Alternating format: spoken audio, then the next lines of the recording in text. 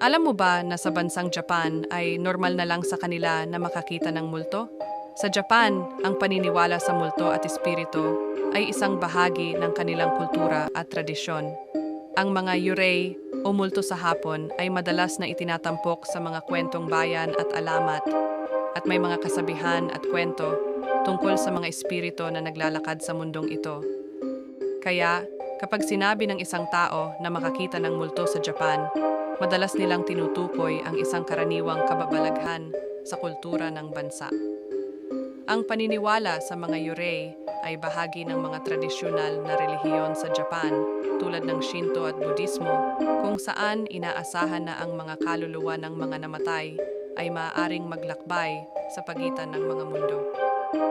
Ang mga kwentong ito ay ipinapasa sa mga henerasyon, kaya't madalas din itong makita sa mga pelikula, manga at anime.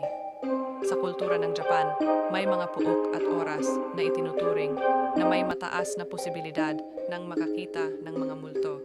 At ito ay normal na bahagi ng kasaysayan at mga pamahiin ng mga tao.